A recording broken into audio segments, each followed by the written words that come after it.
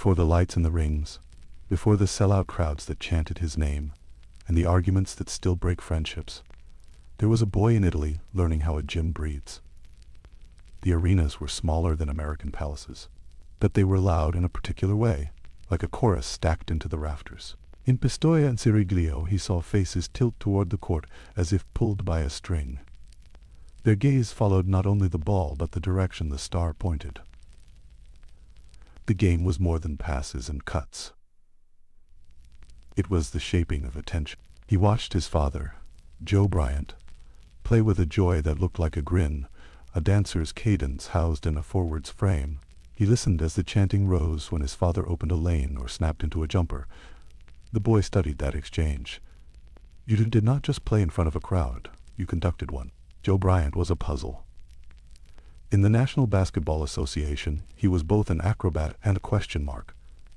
He had the talent to steal a scene, yet he carried a reputation many called goofy. A goofball, whose playfulness made some doubt he wanted to be the man. In Italy, he was beloved, and his son saw a truth settle over both rooms, American and Italian. Charisma mattered. So did seriousness. If the league back home had wondered about his father's steal, the son chose to end the family story on different metal. It was not resentment. It was a mission. The boy did not want to escape his father's shadow. He wanted to absorb it, then turn and cast a longer one. The lessons were close at hand. Training did not feel like punishment. It felt like invitation. Joe would make a drill a game, and then stop it on a dime to fix the smallest angle. A dribble moved too close to the body. A shoulder failed to sell a drive. A pivot did not carve enough space. He would correct the detail without crushing the joy. That balance formed a habit in Kobe that no coach could later replace. Work was fun because it revealed more work to do, and that discovery felt like progress. It built a hunger that was not dependent on praise. Joe did not demand through fear, he taught through presence, and he trusted his son enough to let independence grow. Ask for help when you need it. Then prove you know what to do with it. Pam Bryant's standards made that independence hard-edged. The house expected things done right the first time. Effort was not an excuse for sloppiness. She was competitive in the quiet ways that build endurance, insisting on basics and following through when it was hard. That daily seriousness did not turn the boy stern. It turned him reliable. He began to measure himself, not by noise, but by whether he could do the right thing under the same pressure that made others rush. If you treat the ordinary as a test, the extraordinary stops scaring you. This was the foundation for what would later look like nerves of steel. It was just practice, repeated and protected, until practice moved like a second language in his body.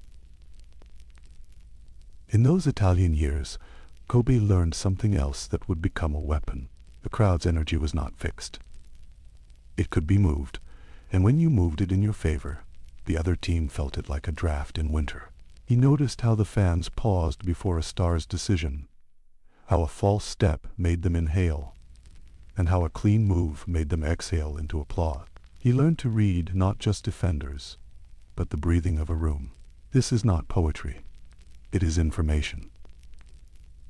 In tight games, those microbeats become time you can spend.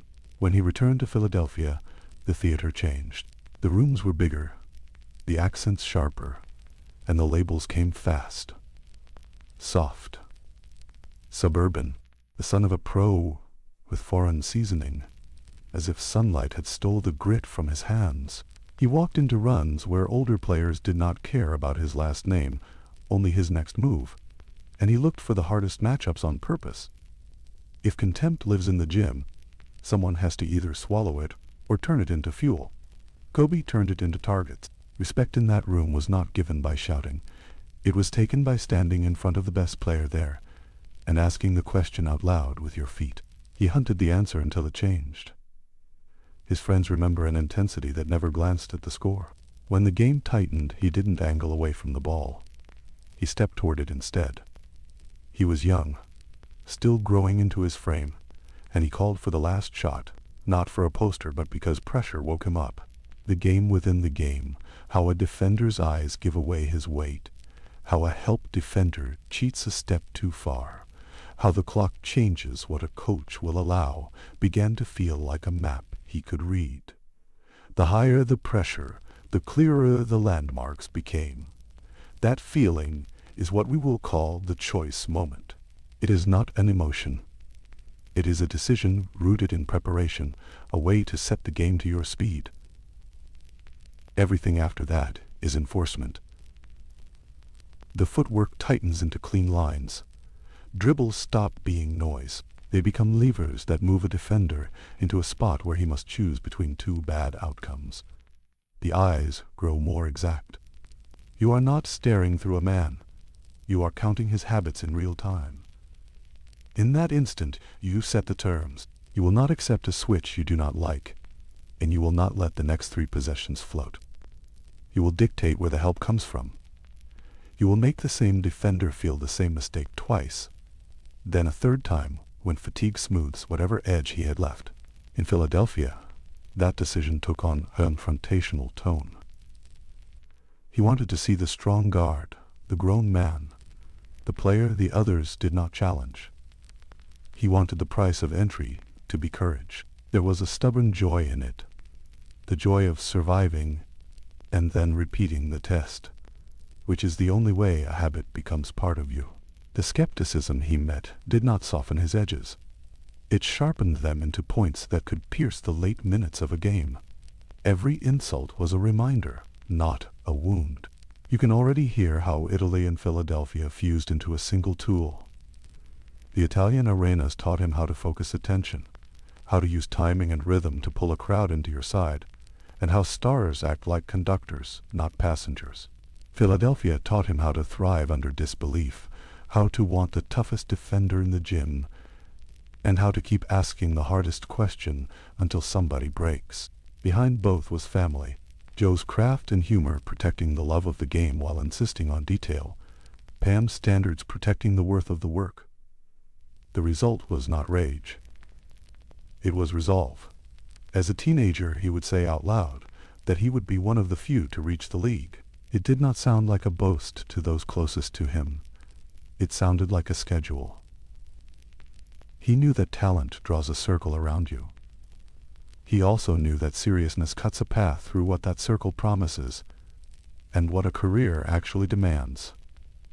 This is why, when the game pressed, he stepped forward. In his mind, pressure was not a threat. It was a summons. And when you treat a summons as an honor, you answer faster. The seeds of his late game control showed early. He learned to stop dribbling in place when a defender wanted noise. He shortened his steps, so the first move hid inside the last step of the gather. He used pace as a weapon, not as a symptom of adrenaline. He kept the help men's names in his head, knowing who slid early and who slid late. He learned to speed a game when he felt a big man getting winded, and to slow it when the other team wanted a track meet. All of those choices are small. From the outside, control looks small. A paradox sits there in plain sight. How did a supportive childhood produce a ruthless closer? How did a supportive childhood produce a ruthless closer? How did joy in the work become a calm that could end teams' hopes? The answer runs through that choice moment like a thread through fabric. Support built safety, which built risk tolerance, which built the courage to choose. Joy made repetition bearable, which made skill precise, which made pressure predictable. And when pressure is predictable, fear has nowhere to root. This does not make the will to dominate gentle. It makes it deliberate. As we move forward, we will test this idea on the biggest nights. You will hear how the first quarter holds the fourth in seed form. You will hear how one early coverage read becomes the pattern he punishes half an hour later. You will hear how he hunted weaknesses like a craftsman rather than a gambler, and how pain and fatigue became strategy instead of excuses. Yet all of that starts here, in a boy watching a crowd breathe. in a son deciding the family name would carry a different weight, and in a teenager who walked into older men's gyms and turned their doubt into light. The switch is not a mystery fog. It is a practiced answer. When the game hangs, choose the terms. When defenders adjust, hold your speed steady until their patience breaks. When the room gets loud, make it your metronome. Kobe Bryant did not wait for that to happen. He made it happen again and again until the habit looked like destiny. The nights we remember most did not begin with heat. They began with decision. Next, we step into the laboratory years when decision met failure, and failure told the switch exactly how to sound. The Dallas game begins like a slow drum that gets louder until the room shakes. It is December of 2005, and the Mavericks, one of the league's toughest units, are in Los Angeles. Through the third quarter buzzer, the scoreboard lands on a number that feels like a dare from the sport itself. Dallas has 61. Kobe has 62. He has hunted the game until it bleeds points. Then he does not play the fourth. This is not about mercy or fatigue. It is an assertion. The siege is complete. The mechanics behind it, the small choices that become a storm, are what matter. He walks the ball when lungs need a sip. He sprints into a drag screen at the first hint of sagging help. He pivots instead of retreating, resets his angle, and turns the floor into a chessboard that only he can see. Watch his triple threat. The cadence is the metronome. Ball tight at the hip, feet quiet, eyes heavy-lidded the way a seasoned card player watches a table. A jab step as a question. Another jab, shorter, as an answer. A rocker step to sell the first move and take the second. The defender must declare his fear. Lean to cut the drive, and he rises into a long two before the help can gather. Sit back to guard the jumper, and the shoulder feint sends you into a false pass. Then the rip-through goes middle, and his elbow becomes a blade through cloth. The glass accepts his high window bank from the right wing. Soft and clean, because that angle is a daily conversation he has with the square on the backboard. The footwork is not decoration. It is negotiation. An unhurried talk that ends with the defender's feet wrong. There is a current to the way he draws fouls, and in Dallas it shows early. A hand extends to contest. He lifts the ball into its path, so the contact feels like the defender's idea. He rides a hip through the lane, then times his gather so the bump turns into 2 free throws. Not a lost dribble. Officials lean for the sideline. He sets his body so the contact reads cleanly. The rhythm never breaks. He does not chase whistles as a bailout. He folds them into his shot diet, so his breath stays even and the possession count keeps tilting. The defender learns that even a good contest is a debt that comes due. When the three is not clean, he turns to the long two as a weapon, almost spiteful in its precision. The message is simple. There is no safe coverage. The fracture arrives the way a bridge groans before a split. Dallas rotates hard for most of the night, but somewhere deep in the second, and again in the third, small things give. A late stunt that never becomes a double. A big man showing high and retreating 1 step too slow. A weak side helper who glances at the corner for a heartbeat longer than the scheme allows. Kobe reads the breath, not the play call. He prods single coverage until it looks like surrender.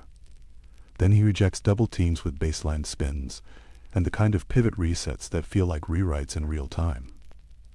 When he sits, he is smiling, yes, but it is not a gloat. It is the small private satisfaction of a craftsman who has turned a tough job simple. The restraint is part of the control. A month later, the floor changes, the jersey colors change, and the tone deepens. The Toronto game starts as a halftime deficit and becomes a laboratory by night's end. The Lakers trail by double digits. The building hums with a nervous edge. Something old from Italy and from Philadelphia switches on inside him. Many called it a flurry. It is not a flurry.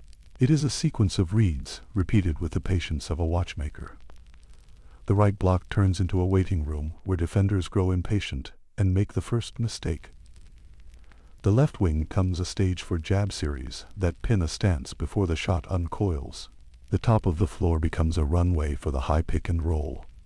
He rejects to the right and pulls into open space, or he splits the hedge and strides through bodies already leaning the wrong way.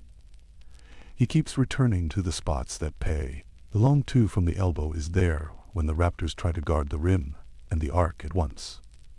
If the backboard offers its high window, he takes it, tracing that old line he drilled in quiet gyms with no one there. When the three is clean, he stacks them in clusters, 2 and then 3 in a row, not to show heat, but to break the defense's belief that math will save them. His mid-post footwork is ruthless and quiet. He reverse pivots to face, uses a rocker step to freeze, then steps through when the top foot is forward, and the shot leaves before the help can finish the sentence. He does not sprint every time. He walks when he wants the Raptors to breathe with him, to feel the game slip back to ordinary pace. Then he turns the key and slices in transition off a drag screen set before defenders can trade responsibilities. The second half is 55 points of inevitability. The third quarter stacks layups and tough twos, then a run of threes that make the rim look wider. Baseline drives turn to high glass kisses when bodies arrive late. The weak side corners, once part of an honest rotation, start to feel abandoned as doubles arrive late and die early. You can almost see the moment a defender stops sliding and starts hoping. The cadence from his triple threat becomes telepathy. He jabs, they lean, he is gone. He lifts. They contest from the wrong hip. He lives at the stripe. It is relentless, but it is not frantic. That is the difference. He keeps the ball low, the shoulders soft, the pauses unhurried, because urgency can make hands hard, and he needs touch. Whistles fold into the attack, not the other way around. The rip-through comes when a hand lingers in the pocket. The step-through carries the contact into the body, not away from it, so that the bump cannot be ignored. When he drives, he turns the inside shoulder late, placing the defender's chest on his forearm and showing the official a sentence that ends with a period, not a question mark. Hand-check rules have shifted by now, and he knows the line. He does not hunt flimsy calls. He chases clear ones by arranging angles like furniture in a small room. By the fourth, he is not stopping to relitigate anything. The Raptors' protests are a background hum. The Raptors' protests are a background hum. The possession changes. The pace steadies. And he keeps threading the same hole in the same needle. Tempo becomes a kind of anesthesia. He walks the ball to gather oxygen, parsing the floor with eyes that file every hip turn, every nervous glance between teammates. Then he appears in early offense, letting a big set a lazy drag screen, and using that lazy angle as an ambush. If the coverage is soft, he takes the pull-up. If it is high, he slips the gap. If a red jersey goes under, he floats back into space and shoots before the big can swivel. The clock is not an enemy. It is a leash on the defense. He tugs it, then lets it slacken, then tugs again. There is no reprieve for the mind when the body cannot find one either. The psychological break is not loud.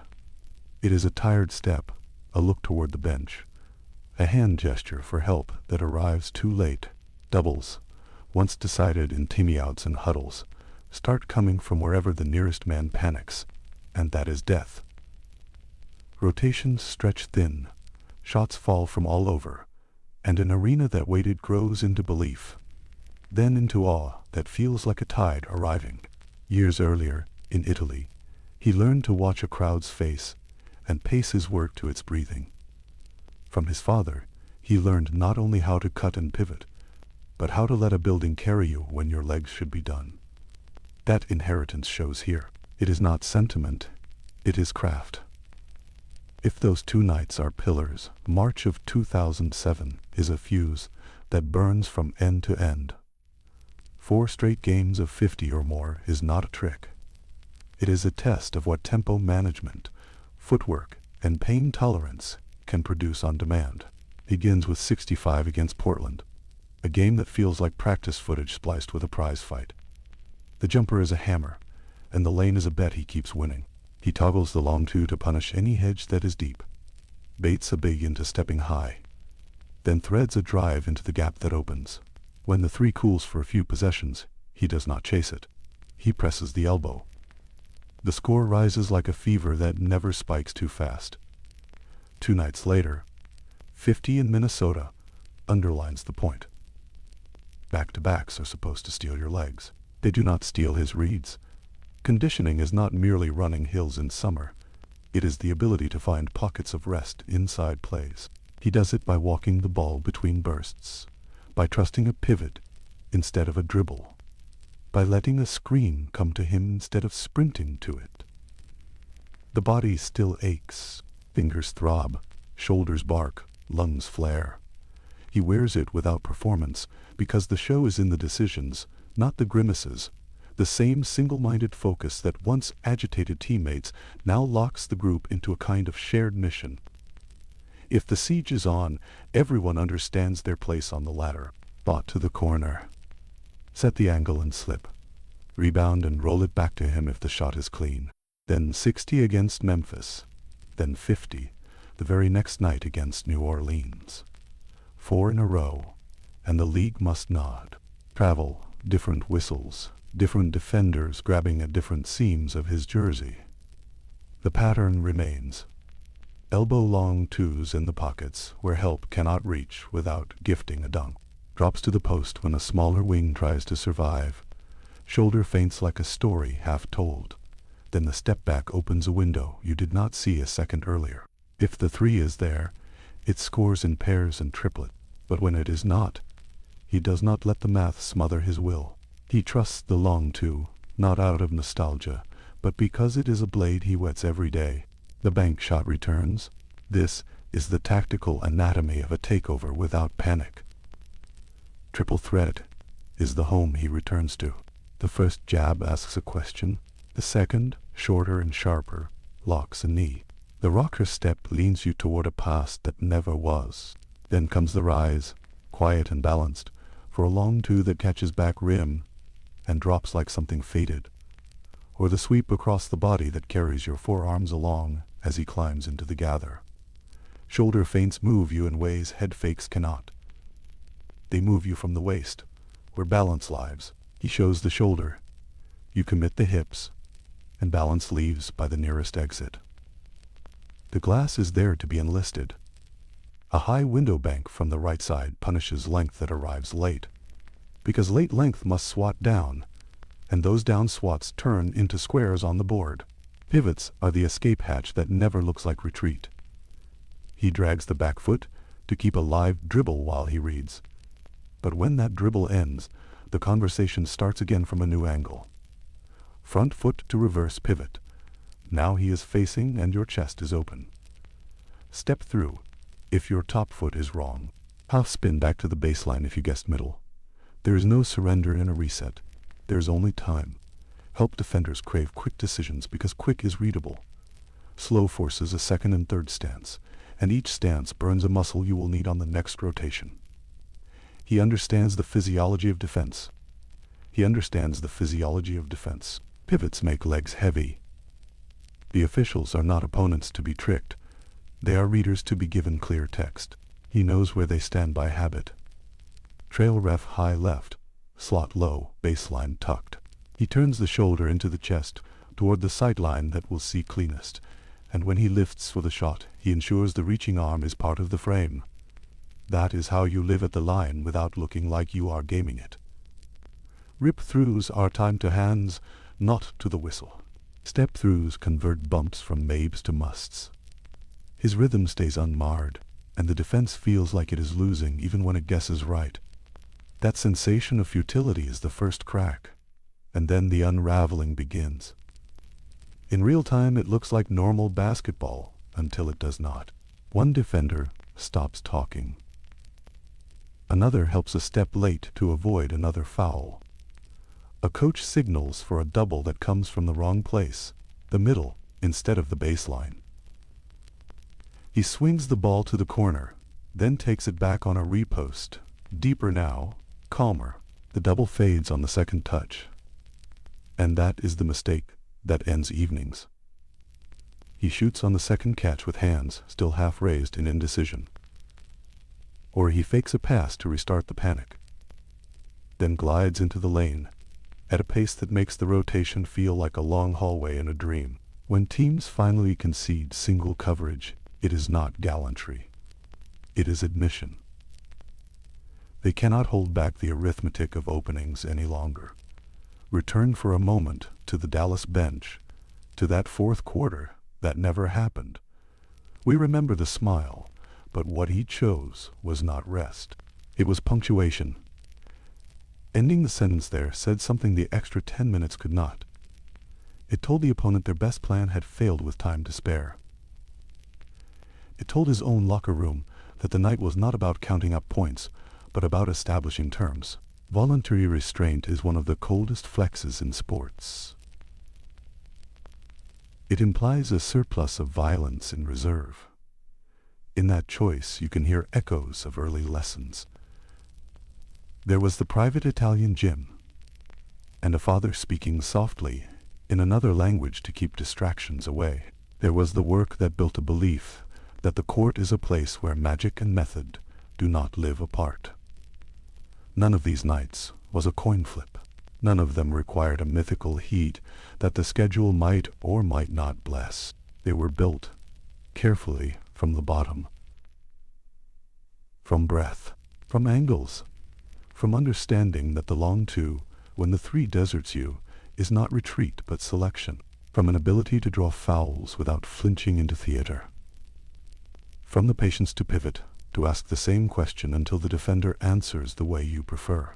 From an appetite for discomfort that, in March of 2007, ran 4 nights long on sore legs and tight mornings. The result is spectacle, yes, but it is also a manual if you listen closely. In these sieges, you are seeing the switch as practice, not lightning.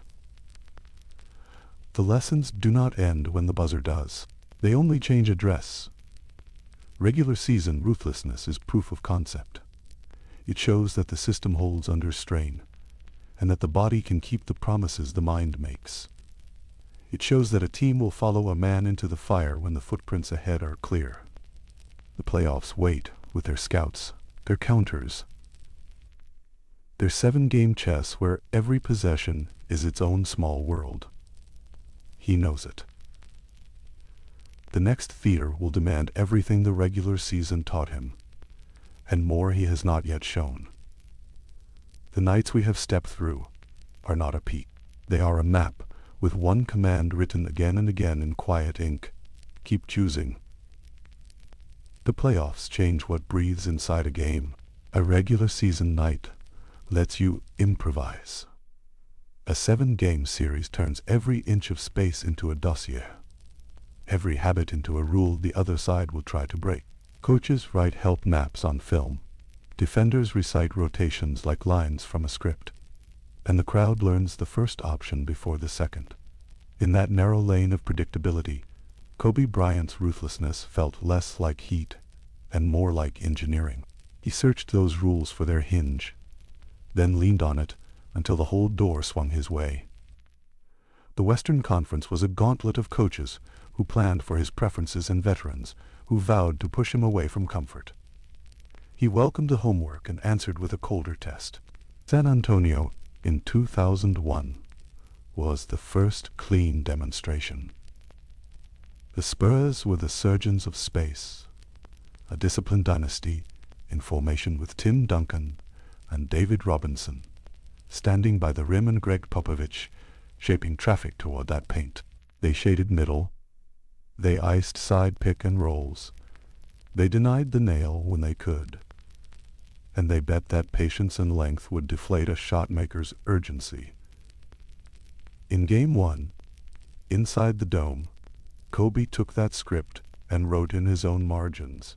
He slowed his first step, backing to the elbow, waited for Robinson to lean toward Shaquille O'Neal, then darted into the seam with a 2-foot stop and a rising pull. He met doubles with pivots. used glass from the short wing, and kept San Antonio's help frozen between two bad choices.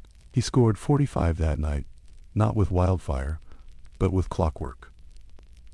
By the end of the sweep, he averaged more than 33 points and over 7 rebounds, numbers that only hint at control. Watch the possessions, and you see the cruelty in what the defense reluctantly allowed.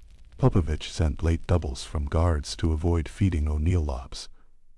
Kobe answered by starting a beat earlier at the pinch post, catching and turning before the second man arrived.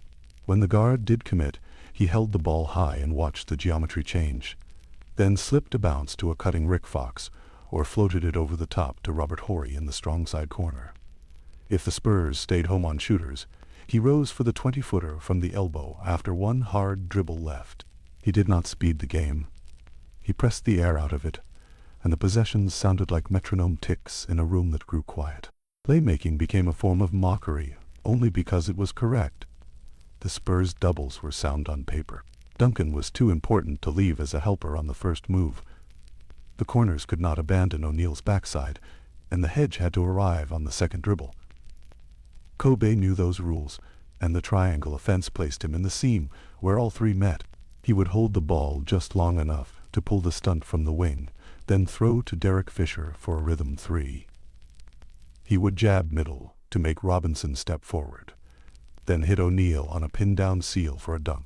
When San Antonio delayed, he curled off a weak side screen and took the jumper before the stunt could reset.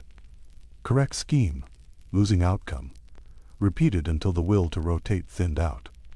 That spring, run through the West, set records, and the sweep of the Spurs felt like its thesis. Sacramento's gas-fire offense had already been smothered, but San Antonio stood for order. Breaking an offense is noise.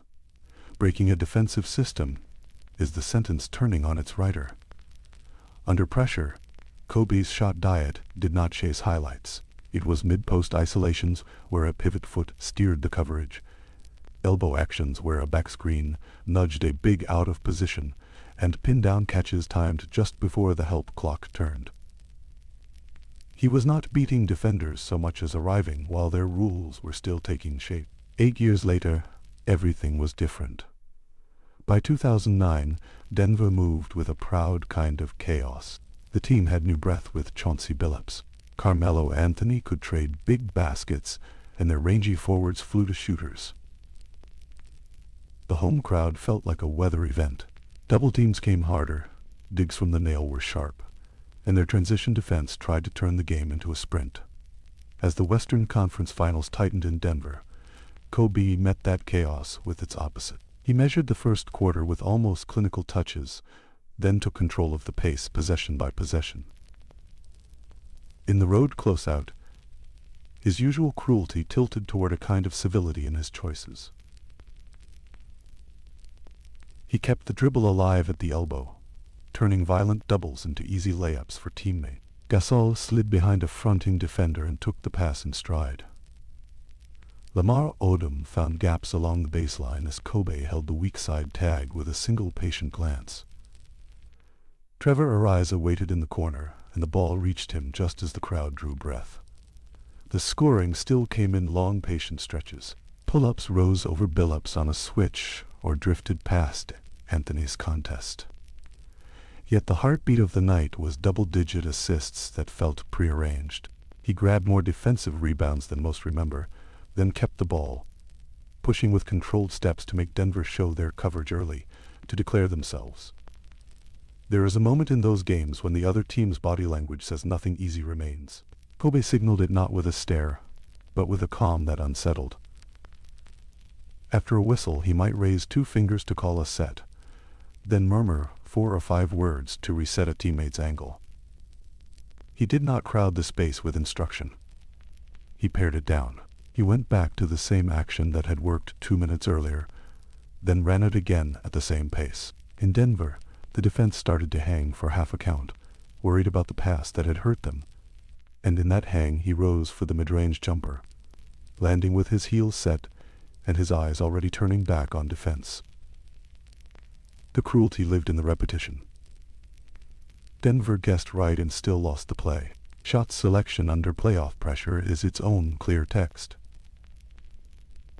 In these series, the mid-post was not a stopgap. It was home.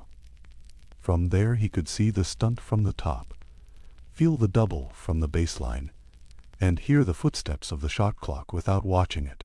The elbow series came alive when he dragged his defender one step up the lane line to detach help from the corner.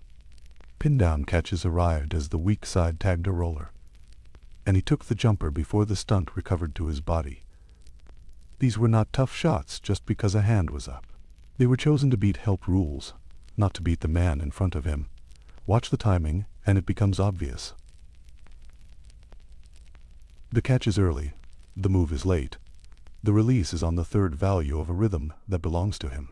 Game 1 of the 2009 finals against Orlando was a temperature reading that became a thermostat. Stan Van Gundy's team packed the paint with Dwight Howard and funneled drivers into length, while long forwards closed to shooters. Kobe redrew the map. He posted at the elbow against smaller wings. He attacked off high pick and roll when the big showed shallow. He lived in the mid-range, a zone too close for a full rotation and too far for a block. On defense, he cleaned the glass, snatching rebounds that killed second chances, then dribbled out of pressure to set the clock. 40 points came without rush. 8 rebounds and 8 assists stitched the fabric around them. By night's end, the series moved at his tempo, and Orlando learned that a body in front of him was not an answer. Look at how he punished their correctness. When the Magic stayed home on corners to stop the triangle's split cuts, he walked into the short wing pull-up. When they shaded him to Howard, he stopped one step earlier and unloaded to Gasol diving into open space. If Howard dropped low to protect the rim, Kobe snapped a skip pass to the weak side and made Orlando run the full width of the court on every possession. The message was consistent.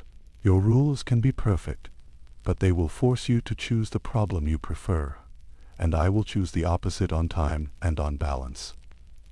The next spring offered a different riddle. Phoenix under Alvin Gentry played faster, shot freely, and guarded with a switching zone that pooled around the paint, then smeared outward. It was designed to jam the Lakers' triangle, to crowd the high post, and to bait contested jumpers. Game 5 was the hinge, with the series balanced, and the Suns gaining belief by flattening Los Angeles spacing. Kobe answered by living at the pinch post, the triangle's chin and corner actions whirring while he read the zone like a book with clear margins. He flashed to the free throw line, caught, and without a dribble, forced 2 defenders to commit. The pass to Odom on a dive, the kick out to Fisher, the quick swing to Ron Artest, each felt inevitable once his feet were set. The end of that game holds the look people remember. The Suns had closed late. The building held its breath, and he took the ball to the right baseline against Grant Hill, a defender who understood angles and force. Kobe backed, turned his shoulders twice to sample the help, then leaned away as Amar Stoudemire slid toward a contest. The arc was high, the follow-through relaxed, and the net barely registered the ball. He did not celebrate. He did not need to signal anything. His body language stayed unshaken, like a man who had returned to a page he had already read. The dagger was a shot, yes, but the certainty was older. It said the series had been decided some minutes earlier, when the Suns realized the same pocket would open every trip if they rotated a beat late. This was emotional engineering in a playoff context. The visible calm, the clipped instructions, the refusal to narrate his own dominance, all served a plan. He stopped the game from expanding into anxiety for his team, and he expanded the game into doubt for the other side. He returned to the same wound until it bled out. Against San Antonio, he never left the elbow, even when threes had space, because the elbow controlled their help. Against Denver, he kept the ball and dribbled twice longer than usual, because those 2 dribbles forced a second defender to honor the pass. Against Phoenix, he knew the zone could be punctured by the same flash to the nail 10 times in a row. The repetition was cold, almost professional in its distance from excitement, and its effect on belief was obvious. At the heart of this ruthlessness was a blend that can be misread if you only watch the made shots. His most decisive playoff nights lived on rebounds and timely passes as much as on points. In San Antonio, those 7+ boards did not just end possessions. They started control. He pulled the ball down in a crowd, pivoted away from traffic, and pushed it himself, forcing the Spurs to defend early without the comfort of their half-court marks. In Denver, he ended with double-digit assists, a number that only hints at the repetitive choice he presented: score or punish the double, again and again. In the Orlando opener, it was the 8-and-8 that set the temperature, oxygenating the team with extra chances and rhythm looks. A takeover is not only a pile of points, it is the removal of oxygen everywhere else. The shot diet under pressure also served this blend. Mid-post isolations are not glamorous until you watch how they stagger a defense's willingness to help. The elbow series is not flashy until you watch a big man hesitate between a step toward the ball and a step toward his own assignment. Pin-downs are not romantic until you hear a coaching staff yell to stay home, then watch the curl arrive while the help is still mid-adjustment. Kobe built his choices to land in those moments. He waited for the help rules to turn their first page, then read ahead. It resembled empathy, if empathy were used to hurt. He knew what they had been taught, and he moved into the space between the teaching and the reaction. Across these Western gauntlets, the performances share a quiet thread. They start with a possession where he takes a comfortable shot early and misses, and nothing in his face changes. They unfold with a stretch where the other team plays by its rules and loses 3 straight trips to passes. They crest with a series of rebounds that halt a run before it becomes a wave. This is orchestration, not just sound. Players on the other side talk about how their choices vanished, how they did not feel undisciplined, and still could not find the right answer. That sensation, the floor shrinking while the ball seems to rest in one player's hands, is the playoff version of ruthlessness. It lives in repetition more than explosion. San Antonio, Denver, Orlando, Phoenix, Toronto, each with its own build, its own problems, its own pace.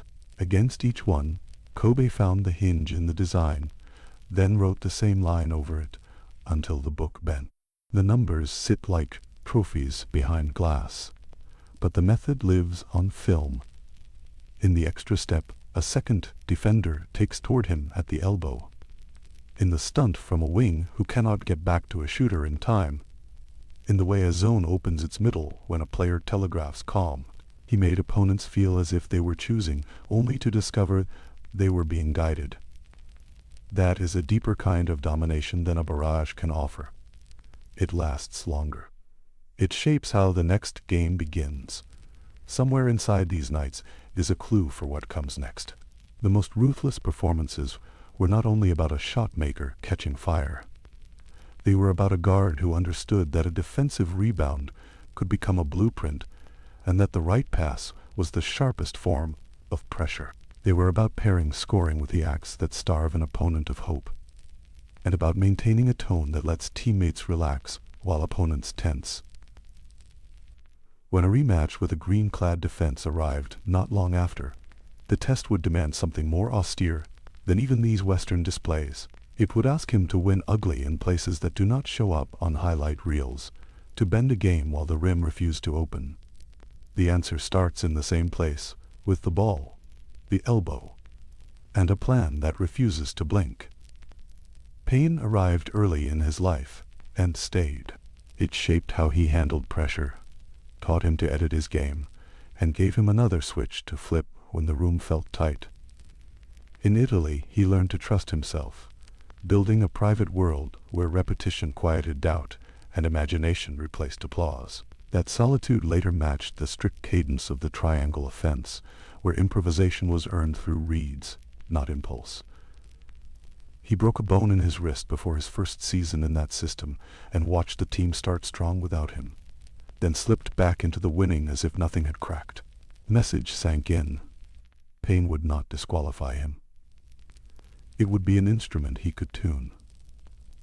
The first great proof arrived before his legend had license to be loud. The 2000 finals, Game 4, Indiana. A hostile floor, and a series still in doubt. He had sprained his ankle in Game 2 when a defender slid under his landing space, missed the next one, then came back in Game 4 moving like a cautious sprinter, testing that thin line between brave and foolish on every plant. The game tilted into overtime, and then his center, the immovable pillar, fouled out. You could feel the arena inhale. Teammates glanced toward the bench for a plan. Kobe did not look over. He waved his hands low, a quieting motion, not toward a teammate, but toward the storm itself. He wanted the ball, not for volume, but for decision. The next minutes became a study in altered leverage. No hard right turns on that tender joint, only measured glides and soft rises. A mid-lane floater when he could not explode to the rim. A baseline pull-up that rose like a promise as the crowd swelled. He tapped in a miss above taller arms, not by out-jumping them, but by arriving a blink earlier with cleaner timing. The plays were small in space, and massive in effect. They told a veteran team that youth would not flinch, and they told a veteran crowd that fear had picked the wrong man. He limped without theatrics and smiled without gloat. That, more than the points, broke the air. What looks like stubbornness in the moment is often rehearsal remembered. He had taught himself to watch tape the way a surgeon watches hands, to practice alone against shadows until each move lived, even when the body did not agree. When the ankle reduced his top speed, he slid into a slower octave. The triangle's programmed reads gave him a scaffold, and he climbed it with patience. Catch at the pinch post, feel the weight of the defender's top foot, swing through without pressure on the tender roll, lift with more fingers on the guide hand. He did the math every trip, which is what it means to turn pain from obstacle into plan. By night's end, the box score would show makes and misses. The room would remember something else. The decision to author the last possessions, even when the instrument faltered. If the ankle taught him timing, the fingers taught touch. They were the punctuation of his game, and they broke or bent so often that the scars became part of the scouting report. In the middle of a chase year, he tore a ligament in his pinky. Surgery was urged and then delayed. Months later, he fractured the index finger on his shooting hand, splinted and taped, a daily reminder that his preferred release path was blocked. He did not hide the bandage, and he did not hide the pain. He simply rewired how the ball left his hand. The shot that once rolled off his fingers like a paint stroke grew shorter and more direct. He added a little more wrist, a little less finger spread, and lifted the arc to buy forgiveness when feel left him. On hard nights he leaned on bank angles from the right side where the glass could serve as a second set of fingertips. He sank his pivot foot deeper and trimmed the extra flourishes from his mid-post dance. When the pain bit, the footwork grew cleaner. He stopped relying on a late shove to make space and won it early. With position, with shin-on-shin leverage, with shoulder placement, learned from hours studying how older scorers thrived without lift. Those months tell you something about what ruthlessness looks like when the game refuses to be pretty. He had learned, as a child playing in unfamiliar gyms, and as a teenager, trying to prove he belonged in rough runs, that attention is a resource, and control is a ritual. Fingers wrapped. He walked to the line and held his follow through a heartbeat longer, as if to insist that even the ball would wait for him. Defenders saw the tape, saw the ice on the bench, and then saw the same motion repeat under duress, and their shoulders dropped an inch. On the other bench, coaches who had told their wings to crowd his right hand tried to sell hope. He made them pay by turning those crowds into fouls or passes, by flaring to the elbow where a guided jumper could live without perfect grip. Opponents heard chatter from teammates that had been quiet earlier, because when he made a splinted shot look ordinary, the locker room's breath loosened. Belief is contagious when earned through pain. The cruelest sprint came years later.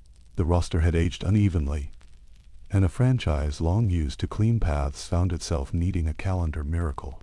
In April 2013, a man in his mid-30s, with more seasons on his legs than most lifers, was asked to stack minutes no staff would choose in any other case. He did it because the standings made choice meaningless. Night after night he crossed 40 minutes, then 42, then every second. The sharpest memory sits in Portland, where he had long faced young legs and long limbs on a floor that loves guards who talk to the rim. He went the distance and scored 47, not by revving every trip, but by stealing tempo, the way a veteran steals a pass. He changed pace within a possession and across a half, drifting early to test coverages, then driving late when bigs were a half step slower on their slides. He blocked jumpers at the elbow when the Blazers tried to rise in rhythm. He turned a missed free throw into a sprint out, and an early three when their sidewalk defense relaxed. Each time the arena sensed a run from the home team, he made a small theft, a rip through to draw a foul, a fade that felt inevitable because he had set it up an hour earlier with a hard drive. He looked exhausted between whistles, then reset his face before the ball came in. A quiet ritual of control. There is a cost to that kind of insistence.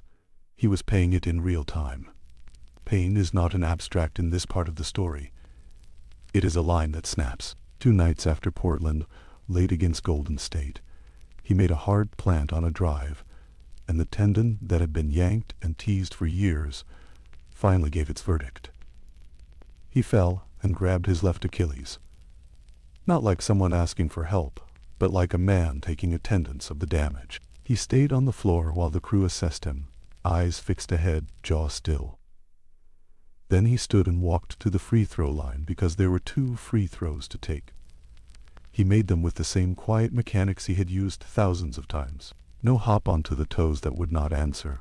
Just balance and the soft aftertouch that starts at the shoulder when the foot cannot assist. He did not limp to the bench until the work was done. Those 2 points are the clearest image of what he meant by authorship.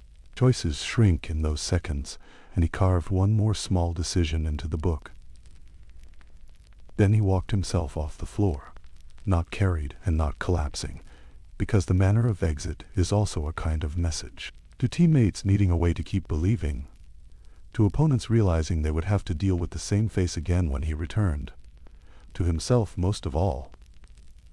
The rupture did not end his dialogue with pain. It refined it.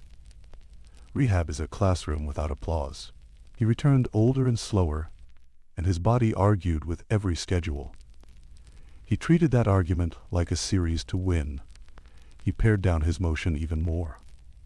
The jab step grew shorter, and the first dribble carried more intent. He raised the gather higher on his body to shorten the distance from palm to release. You could see him recommit to footwork that never ages.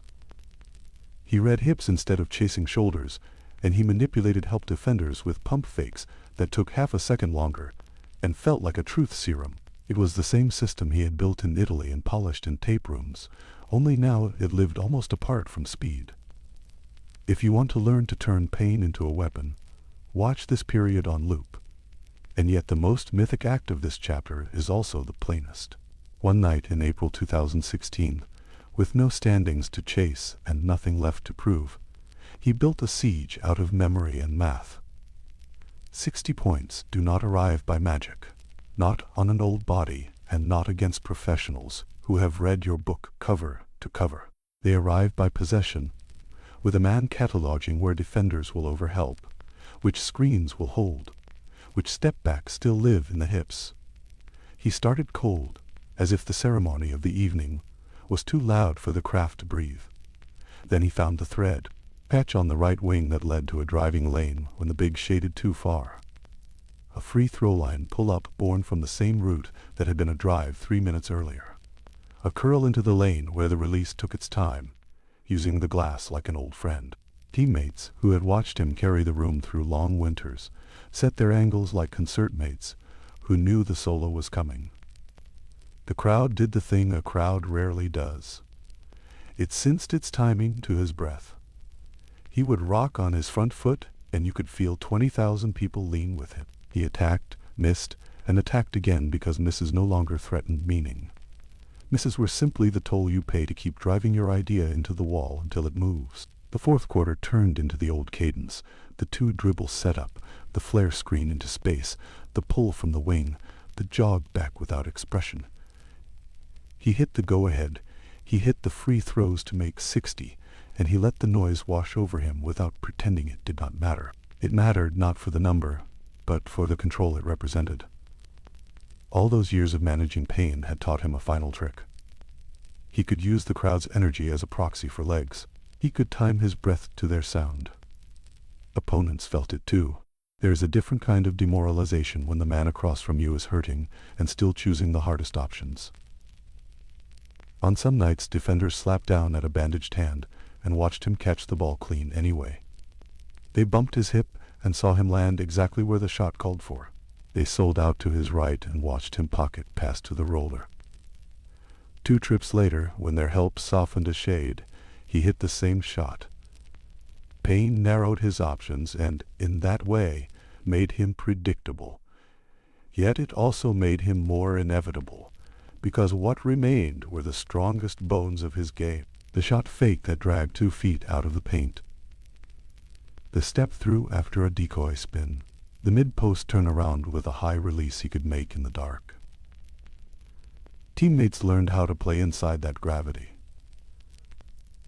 The bigs sealed earlier. The cutters timed their windows to his wrist lift. The weak side wing spaced with the knowledge that the ball would find him if his man stunted too far. This is what belief does when built on scars. It coordinates a room. What begins as endurance often ends as aesthetics. Pain stripped his game to the essential, which is another way of saying it stripped away the decorations that make for highlights and left behind the meat that wins possessions.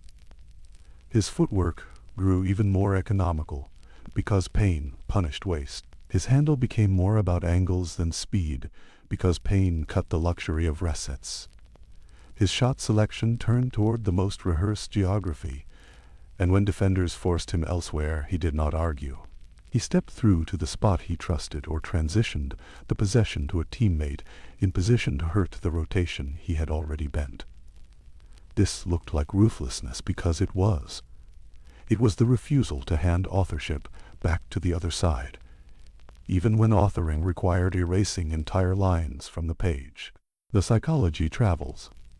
On a bench, a rookie seeing his star limp up and still demand the inbound understands something about standards. In a huddle, a coach calls a play not because it is the only option, but because he can read the eyes of the man he's naming. Across from him, a veteran wing who has studied every motion for a decade feels the weight of that history press on the next closeout. He knows there are tricks. He knows the foot is not fresh. And yet he also knows that if he gives a hand late, the ball will already be in the air. You could hear it in post-game voices over the years.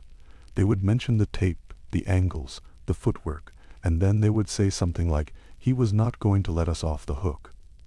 Pain, worn openly, dared others to be the first to blink. At the center is a choice made under duress. When he waved off fear in Indiana, taped his fingers, and rebuilt his touch, lived inside endless April minutes, walked to the line on a torn tendon, and turned a memory into 60, he made the same choice. He insisted that his mind would dictate the terms of play. That choice came with a cost. He paid it in ice bags, in delayed surgeries, in steps that came a beat slower in later years. It also yielded a hidden dividend, cleaner habits and sharper economy, a game that could exist when the glamorous parts burned away. That is why pain did not just test him. It taught him. There is a final, quieter effect that matters for what comes next. Teams that have seen a leader tame pain develop a respect for ugly victories. They stop flinching when rhythm deserts them. They stop equating beauty with control. He helped teach a room how to win bad games. He showed them how to keep a grip on contests when arms feel heavy and shots feel flat. He had shown that purpose survives discomfort when the decisions are sound. Hold the elbow touch. Crash from the weak side. Trust that 2 or 3 trips of correct action will turn the screw, even if the net stays still. They internalize the discipline that pain forced on him, because the story ahead will ask for that discipline again. It will reward patient violence and punish impatience. It will demand second and third efforts at the rim, rebounding like a promise, and shot choices that respect the bruise on the night. It will look, to the untrained eye, like a fall from grace when shots rim out and space collapses. It will look, to anyone who watched him play through, like the final exam he had been taking for years. The body complains. The will makes the decisive play. The game takes note. When the games tightened and the arena thinned into a tunnel, Kobe did not search for magic. He reached for a toolkit. It was not one thing, not heat or luck or a heroic impulse. It was a linked chain of preparation and habits that he could trust under noise, a way of loading answers before the question arrived. What looked like ruthlessness from the seats was, up close, a quiet kind of certainty. He knew where a foot would land, which angle would open, which pass would hurt the plan most. And when that green defense waited, bristling with length and pride, this was the only way through. You cannot shout your way past geometry. You have to solve it. The first tool came long before tip-off. He watched tape the way a chess player studies endgames. He pulled clips not to admire shots, but to map responsibility. He looked for who blinked first on a trap, who guessed instead of reading, and whose top foot drifted when a jab hit the hip. He watched other greats, stole what mattered, and replayed it until it felt like muscle.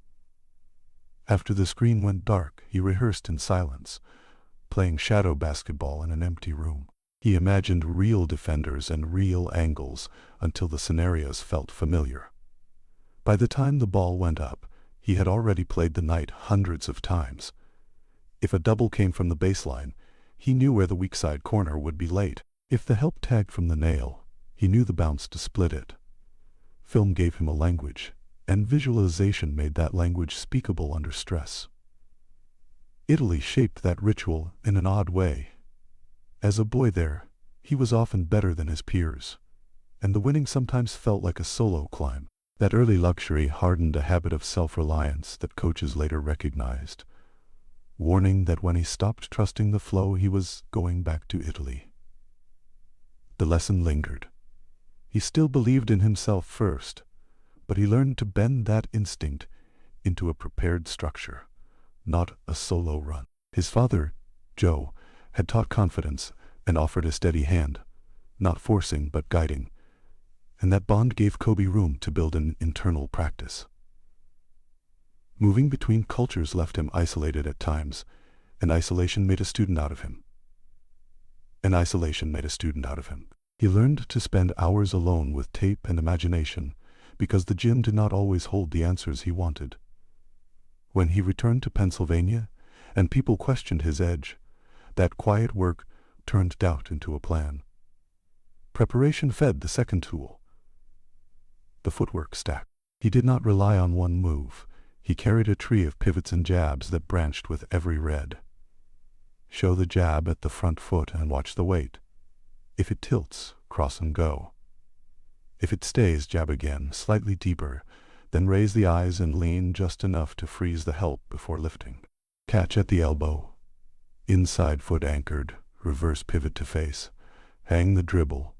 Pause the hips, then knife middle if the top foot turns. If the big sits on the spin, step through with the back foot and cut a clean window off glass. He drilled these in quiet gyms, turning each move into a sentence with punctuation.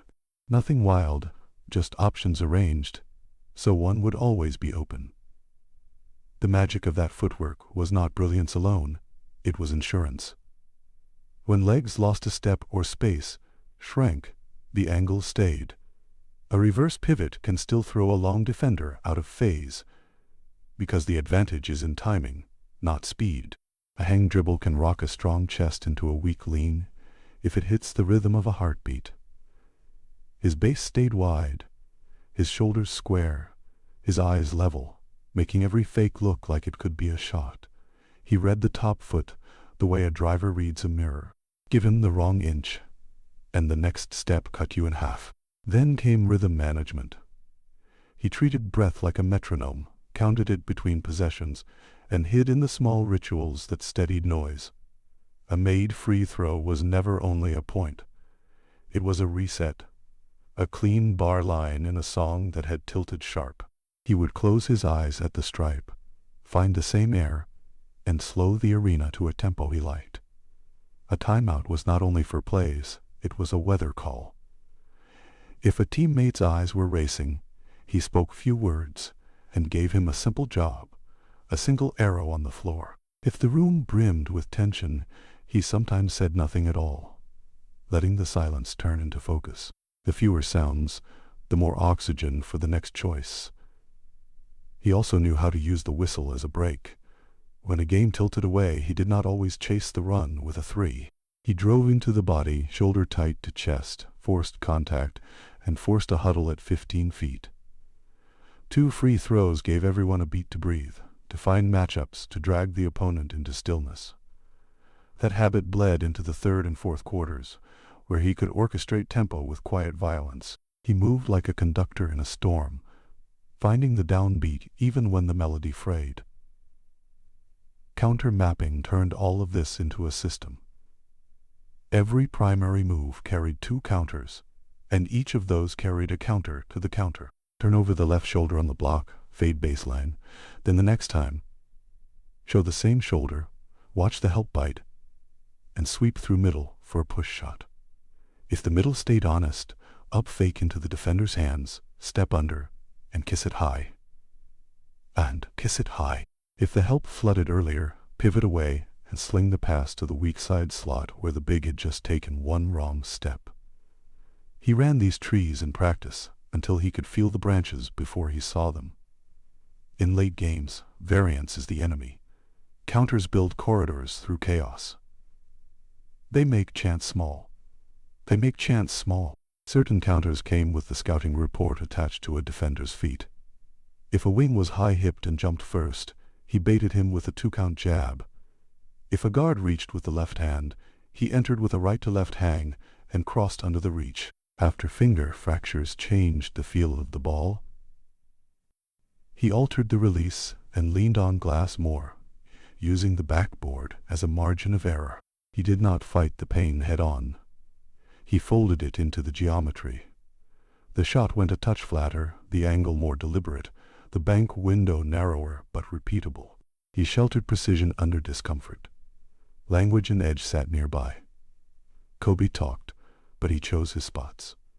He did not always need a sentence when a single look could say, "This spot is mine, and I will come here again." He used silence like a blade. Let a defender live in his own head between whistles, and then split that doubt with early seal position, or a quick pull-up. If someone tried to heat the night with words, he did not back up, but he also did not let the script run him. The goal was not to win the argument. It was to shift the other man by half a pace on the next action. Now and then he whispered a call out of the very move he planned to use, then executed it, because truth, at the right time, stings more than imagination. Leadership joined the pressure. The tests began in practice, where games to 11 often felt mean. He hunted teammates' weaknesses the way he hunted opponents. Not to embarrass, but to raise the ceiling of tolerance when the air thinned. Miss a rotation twice, and he cut to that spot again and again, until the body learned. Hit a tough shot, and he demanded the same shot on the 5th wind of the scrimmage, so the mind would not shrink when lights came on. His father's steady mentorship stayed in the background, a reminder that guidance could be firm without strangle. Over time, his fire found form. He could fill a locker room with his voice, then leave it and retreat to quiet, a warrior monk in the training room, building calm, because volatility alone burns out. In games, his pressure-led leadership gave every assignment weight. He pointed to the corner and told a shooter to stay, not to cut, then delivered the pass on time.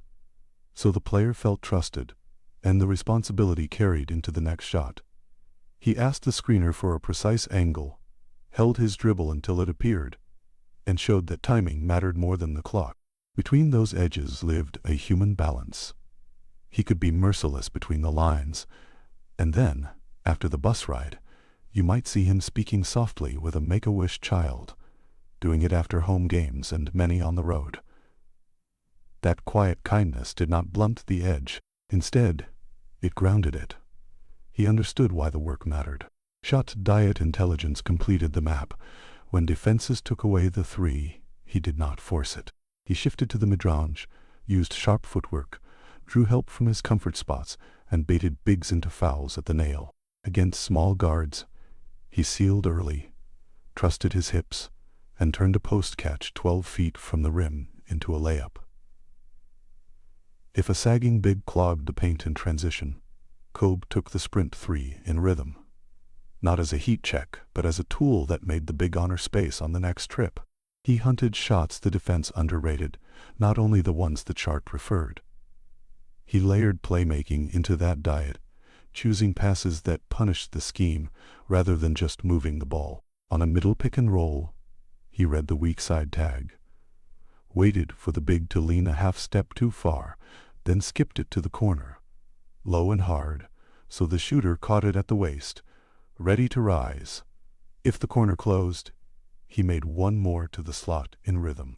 If the slot defender bet high, he slipped a pocket bounce under the elbow to the rolling big. None of it looked flashy. All of it stripped the plan of its logic. Over a night, he ran the game in phases. The first quarter was reconnaissance, feeling which defender showed his top foot early, which help rotated with urgency, and where the whistle sat. The second quarter tilted the board with a few targeted attacks to draw fouls on the right shoulders. At the half, the adjustments were small but sharp. He might ask for the entry to be delivered lower to avoid the dig, or he would move the initial action 5 feet toward the sideline to widen the driving channel. The third quarter pressed the bruise. He pounded the same spot until the defense overcommitted, then hit the exposed rib on the other side. In the fourth, he simplified. Fewer calls, more space. A two-action menu built from what the game had revealed. Rebounds became lifelines, and each one felt like possession theft. A hard defensive board and an outlet before the trap formed often flipped 2 points, and sometimes flipped mood. This is what winning ugly demands, and this is why the green defense mattered. Against a team that packed the elbows and arms with length, with help that stepped in on the catch, the solution was not a flurry. It was austerity. Film that noted exactly who would leave the corner and on which count. Footwork that could punch an inch of daylight open without a foul. Breath that would not quicken when the lane closed. Counters that did not chase the hot shot, but hammered the predictable crack until faith on the other side gave way. He did not need the game to be pretty. He did not need the game to be pretty. He needed every possession to choose between a small pain now and a worse one later. Italy had planted the independence, the long moves in quiet rooms, the joy of craft for its own sake. Philadelphia had given him doubt and an edge to meet it, forcing him to find fuel in skepticism. His father had supplied a framework of support that let him test himself without collapsing. Over time, he turned that into a habit of attacking basketball itself, not the man in front of him alone. When a defense looked like a fortress in color and sound, he searched for the simple wooden door near the back. That is where the games flipped. When he squared to that green wall, he knew the door would not stay open long. The reads had to be crisp, the spacing exact, the passes thrown on the up-breath, not the down. The footwork had to keep a long arm, a fingertip away. The counters had to loop into one another until the defense lost track of which wrong had set off the others. He would not get the whistles he wanted, not always, and the mid-range, that scalpel, would leave scars everywhere it touched. But the point was never to dazzle. The point was to make 48 minutes feel inevitable. And that is how the takeovers worked. Not by catching fire and burning the game clean, but by carrying a blueprint for when the wind rose and the rim felt far. Preparation loading answers before questions. Footwork bending angles when spring waned. Rhythm making space inside noise. Counters compressing chance. Language sharpening the next inch. Teammates tested until pressure became normal air. A shot diet that cut where it hurt most, not where it sparkled. It was patient violence, an art taught by time and sharpened by pain. The next test would ask for all of it, every branch and breath. The door would be small. He planned to fit anyway, and then to pull the rest through. The nights we remember are not just about how many points a player scored, but about that other sensation, the one that tightens a crowd into a single held breath. It is the feeling that the game's tempo now belongs to one person. That, more than any stat line, is the standard that Kobe Bryant left behind. The modern league speaks it without naming it. Late clock slow. Star guards raise a hand to still the noise. The possession turns into a small deliberate test, and somewhere inside that calm is his echo. You can hear it in how the best young scorers talk about their work. You can hear it in how the best young scorers talk about their work. They do not describe shots. They describe reads. They call for empty corner pick and rolls to pull the low man out of the play. They flow from a drag screen into a mid-post touch that forces a switch before the defense can tag. They choose a 2-for-1 to bend the clock. Not just the set. What used to be called hero ball is no longer a string of tough attempts. It is a grammar of control, learned through hours of film study, with feet set to a metronome and breath keeping the beat. Kobe did not invent the idea that stars should command tempo. He made it the expectation in the biggest moments, and he taught the steps in plain sight.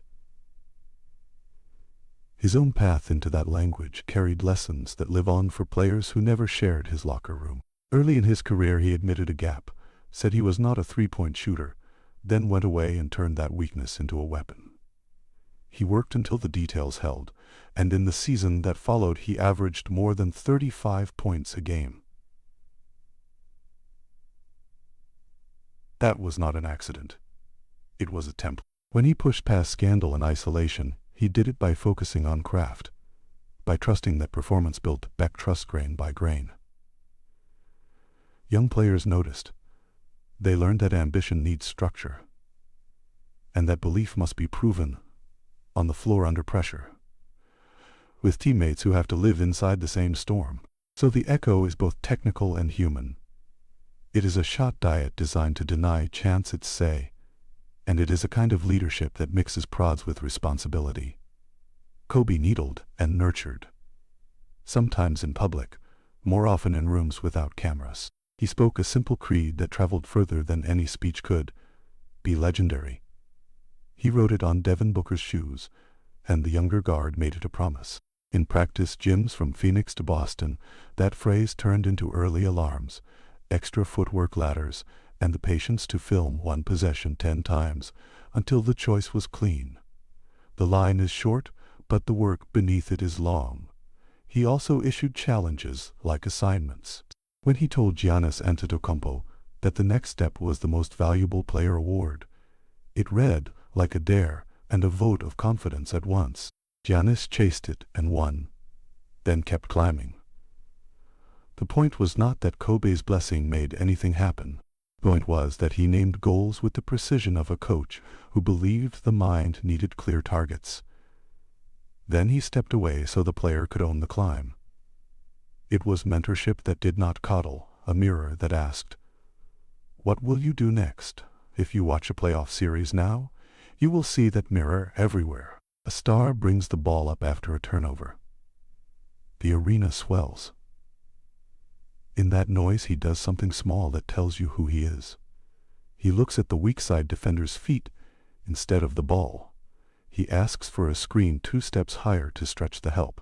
He uses a jab not to shake free, but to check the other man's hips, a measuring stick. More than a feint. The shot might be a fade, a floater, a drive into contact. Common thread is not the move. It is the decision, unhurried, unavoidable. That is the Kobe standard. Not a copy of his form, but the shared demand that the moment be directed rather than ridden. The 81 and the 60 sit at opposite ends of that demand. The 81 is an avalanche, the demonstration that a single player can collapse an entire defense over and over, each score adding weight until there is nothing left to dig out.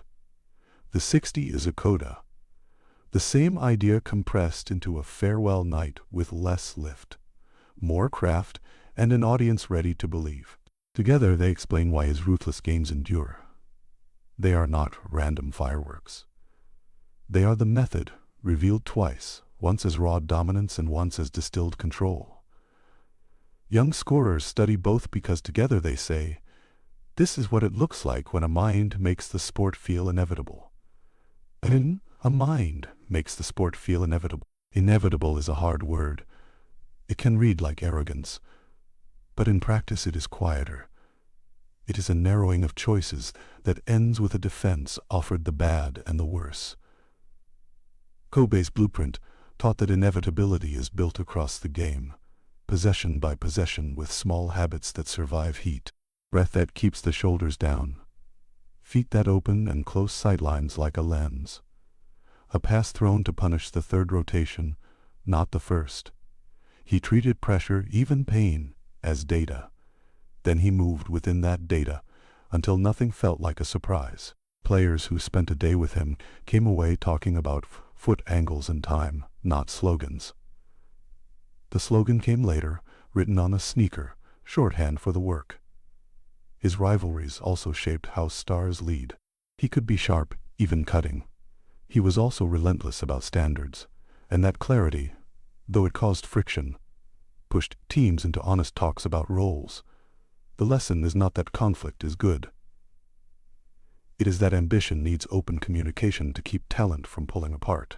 Young leaders learn to pair demands with proof, to meet at 8:30 in the morning with staff and talk through the plan, to bring the same seriousness to a Tuesday in January that they bring in June. The result is a generation more fluent in the interplay between personal excellence and team trust. Culture shifted around him too. He showed that personal branding could be ruthless in its own way. Disciplined, story-driven, aligned with training.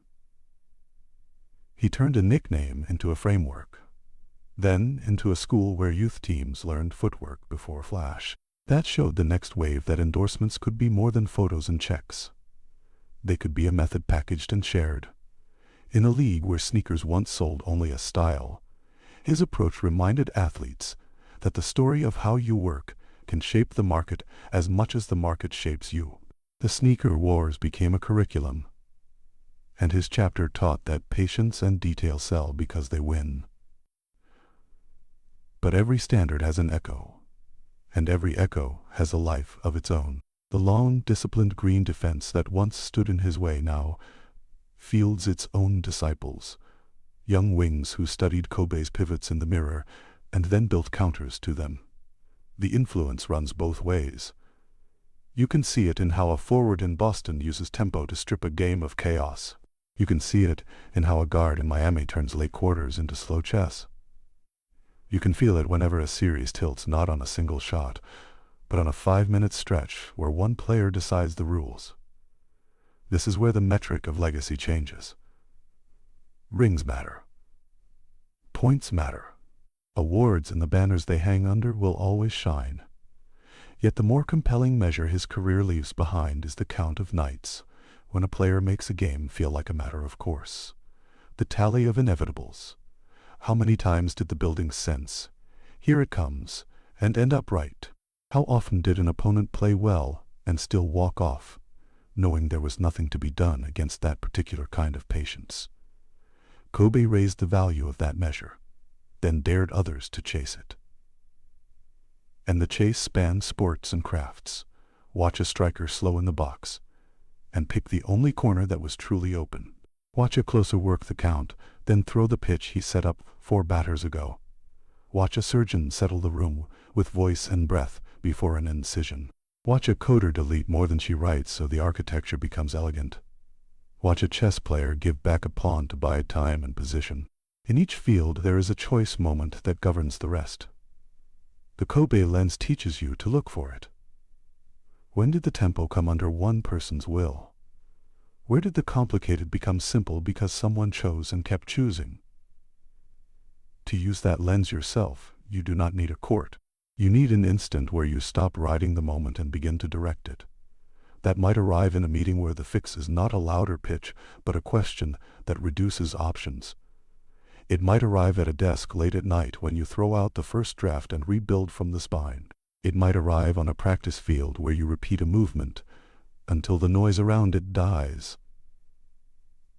The ruthless part is not anger. It is disinterest in anything that does not move the needle toward the goal. It is being gentle with fear and brutal with distraction. Of course there are costs. He showed us those too. A body that kept the bill for a mind that never wanted to stop. Teammates who, at times, felt the sting of a standard stated without sugar. But even the damage turned instructive when filtered through hindsight. It asked leaders to add better communication to sharp edges, to build support systems before storms arrived, to carry ambition with steadier hands. It taught organizations to invest in trust as well as tactics. In that way, the echo softened some hard lessons without losing their power. Why then do those single nights still feel so near? Because they are not just about basketball. They are demonstrations of agency. They show that under pressure, mastery looks like calm, and calm looks like choice. The 81 and the 60 told the same story at different volumes. They promised that if you do the work, if you face pain as data and time as a partner, then the last minutes belong to you more often than they do not. That is a promise worth studying, not for romance, but for repeatable use. You can sit in a quiet gym and hear it. Sneakers squeak. A coach counts cadence. A young player practices a mid-post entry, then a foot switch, then the same move again with breath control. On a shelf nearby, a pair of shoes has 3 words written in black marker. It is a simple prayer and a plan. Be legendary. It does not mean be famous. It means make your choices so clear that others can follow the path you cut through chaos. It means take the heat, learn from it, and return to your work unafraid of silence. The echo is also in the film rooms, where stars pause tape and talk about pace like musicians talk about time. Where a veteran tells a rookie that the shot is not the answer, the setup is. Where someone asks the unglamorous question, "Can you win ugly?" and means it like a compliment. That question used to live in coaching offices. Now it lives in player-led huddles, carried forward by those who took Kobe's blueprint and scribbled their own notes in the margins. The book is shared. The handwriting is different. The thesis remains. In the end, the standard is simple to say and hard to meet. Own the tempo. Hunt the small door and walk through it until the whole wall moves. Accept the price, but pay it with eyes open. Measure your work not by bursts, but by the count of nights where inevitability arrived because you made it so. The league has absorbed this, and across it you can hear his voice at low volume. The steady tutor who did not waste word. He left scenes to study, questions to ask, and a way to decide. Somewhere tonight, a game will tighten. One player will find his breath and raise a hand. The crowd will wait. The defense will load, bend, and adjust. And if you are watching with the right lens, you will see it. The moment when the future shrinks to a single choice. You will recognize the posture, the patience, the sudden simplicity. You will feel the echo and understand the standard, and you will know, even before the ball leaves his hand, what is about to happen.